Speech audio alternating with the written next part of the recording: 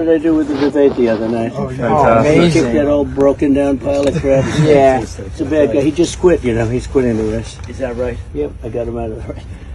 And that means we have Kamala. I think she's going to be better. She's so bad. She's so pathetic. It's so amazing. Can't imagine. But can you imagine that guy dealing with Putin and the president of China, who's a fierce person? He's a fierce man, a very tough guy. And they see him. They probably can't. But they just announced he's probably quitting. Good. One of the things that's been fascinating is to see former President Trump come out quite publicly as an advocate for crypto regulation, and all sorts of things, even in the past couple months. Has that switched your view of him? Get with the program, Novogratz. Get with the program. You're a businessman. You're a businessman. Oh, Mike. Like I'm not a single issue voter, and I do fundamentally believe crypto should be bipartisan and needs to be bipartisan. We can't have one party that likes us and the other party that doesn't. And I would tell you that most Democrats, outside of Elizabeth Warren and a small group of people, are pretty pro-innovation and pro-crypto.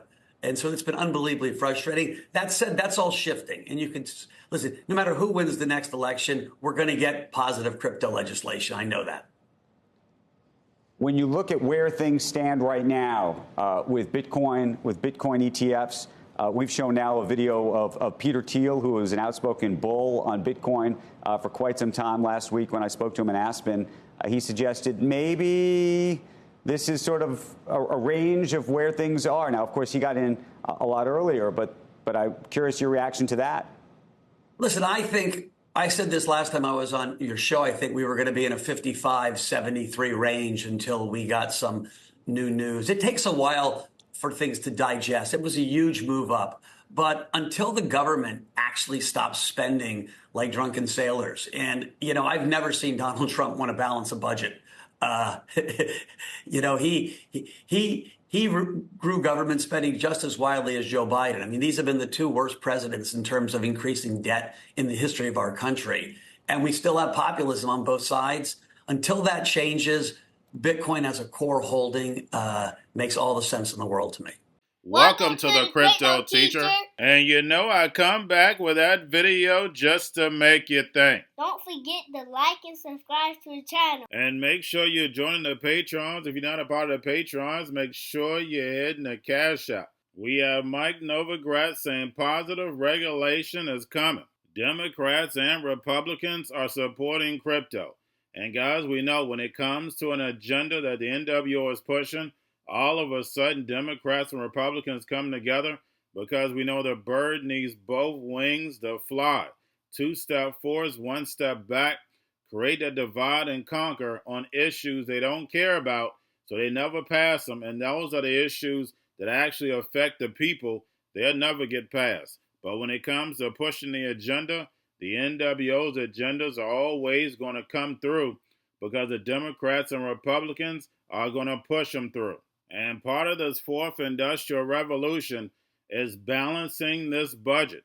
We know a lot of these countries are going to get off the dollar, which is going to remove the world reserve currency. The dollar is not going anywhere, but it's going to lose a lot of its power. It's no longer going to be that sanctioned weapon that it was created for. We're moving to a level playing field. And that's the reason why we're moving to the fourth industrial revolution, where the machines take the economy over. So now the powers that be don't have to really pay anyone, because remember, with digital money, it's not real anyway. This whole token economy is not real. And that's the reason why the next step is the metaverse, where you'll be eating 3D food, putting on 3D clothes. When you study the metaverse, you actually can see the real plan if you have a spiritual connection. Remember, guys, this is biblical. But in order to balance this budget, the government is definitely going to have to shut down, because we know the Democrats and Republicans are going to play the Hegelian dialectic. Democrats want to go social. They want to keep spending this money. Republicans don't want to spend the money. They want to do tax cuts for the rich, but they will meet in the middle for universal basic income. And remember, the Crypto Teacher told you. And we have the CDK hack, and these dealerships are still trying to recover. over 50% of the dealerships affected. So just imagine if we had a hack on the grid or water system, what that would do to this economy, not just the people. But we know the big one is coming. And then we have Trump sentence is postponed to September 18th. And make sure you follow me on TikTok. Very important. But guys, we know how important the number 9 is. And I show you that in the TikTok video. But September 18th, I think, is the time where they constructed the Capitol. Yes, you can't make this stuff up. But remember, your life is an illusion and TV is your reality. And remember, the crypto teacher told you, because he knows when it comes to the NWO, it's all planned out. You have a wonderful day. Hey, Mark, the CDK issue, this software company that so many of the auto sales companies use, how big of a deal is that? Just in terms of, I can't believe that they're still trying to get things back up and running. Hopefully in the next few days that will happen. But the idea that this could take down so many of them. Well, this system, it affects about 50% of the dealers here in the U.S. And I saw a piece of data the other day that said the software that goes through CDK here in the U.S. represents about 2.6% of the GDP. So, as you know, the auto industry has a big impact on the GDP, but this system is the heart of these dealerships. It allows them to make their sales, track their service, do their financials. And so, we'll see as the numbers come out, but I think overall you'll see the impact in June, probably in the neighborhood of plus or minus around 100,000 units.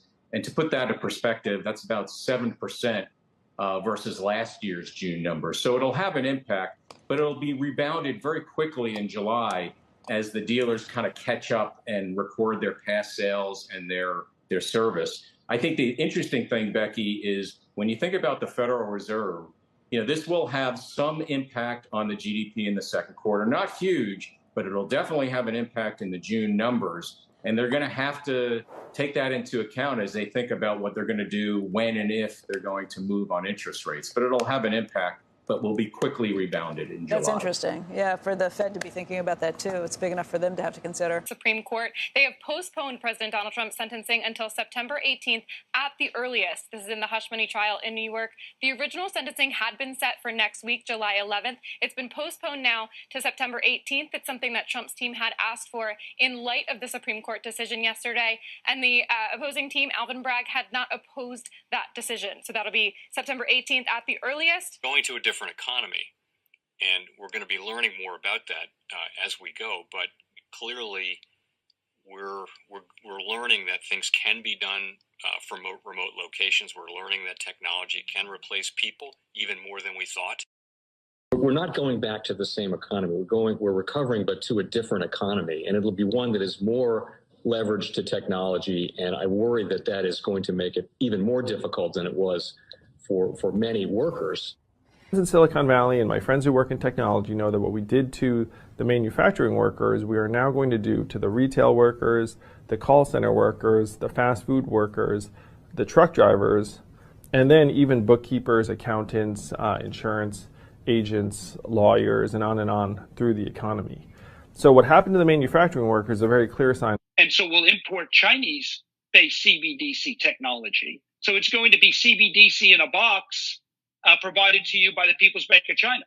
But every stock, every bond, every currency, every commodity, every piece of art, every private business, every piece of real estate will eventually be a token on a blockchain, an entry on a ledger, permanent and immutable. We will have truth instead of trust, and we will save over $7 trillion a year. 6 to 8% of global GDP is wasted by the friction of the trust industry that's necessary when you have dual entry accounting. With triple entry accounting, which is what a blockchain is, we get rid of all of that friction. It's a beautiful future. Like what you see in China and their social credit scoring systems, right? If we get identity wrong, it could be a tool to enslave humanity. And if we get it right, it could be a tool to liberate humanity. And as an American, I'm obviously rooting for the one that's on the side of freedom. Bitcoin is an international asset. And also, I do believe the role of crypto is it's digitizing gold. I actually believe this technology is going to be very important. Look at it. We have been part of a huge revolution in investing through ETFs. We believe that ETFs will be changing the whole way we invest. Many people still use it as a means, well, people are investing it for indexing. No, the majority of people who are putting money in in ETFs are active investors that are buying exposure. The entire bond market is being transformed as we talk right now. I believe the next generation for markets, the next generation for securities will be tokenization of securities. And if we can have that distributed ledger that we know every beneficial owner, every beneficial seller, we all have our code of who's buying, who's selling, instantaneous settlement. And think about it, it changes the whole ecosystem. Chinese bank ICBC has been hit by a ransomware attack, and the U.S. Treasury market, as a result of that, has been disrupted. This, according to the Financial Times. We're getting it more right now with Bloomberg's Shonali Bassick. Shonali, what do we know?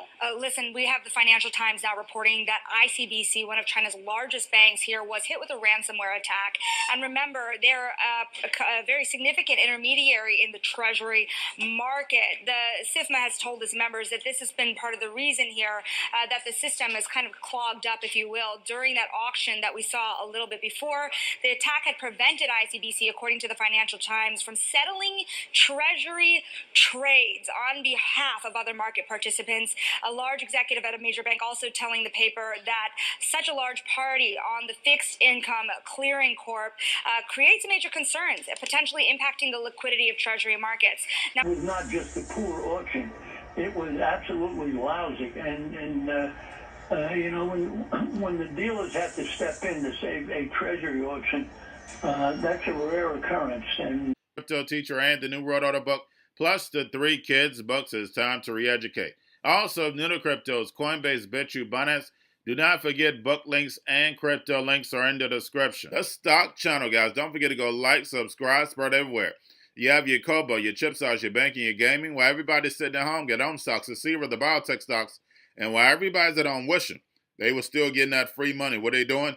Drinking and smoking weed. Don't forget about those stocks, and you have a wonderful day. The most powerful person in the world is the storyteller.